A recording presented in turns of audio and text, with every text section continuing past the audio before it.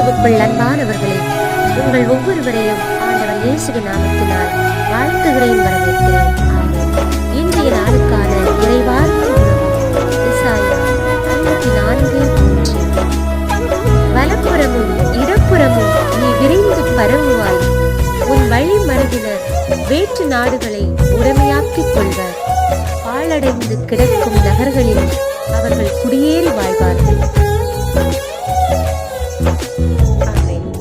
இயேசுவில் அன்பானவர்களே, இன்றைக்கான இறைவார்த்தையின் மூலம் ஆண்டவர் நமக்கு தருகின்ற நல்வாக்கு, நம்மை இடம் கொள்ளாது ஆசீர்வதிக்கப் போகிறார் என்று வாக்கு தருகின்றார். தேவரீர் எழுந்தருளி சீயோனுக்கு இறங்கி தயை செய்யும் காலம் வந்தது. ஆண்டவர் சொல்கிறபடியாக விசுவசிப்போம், தயை செய்யும் காலம்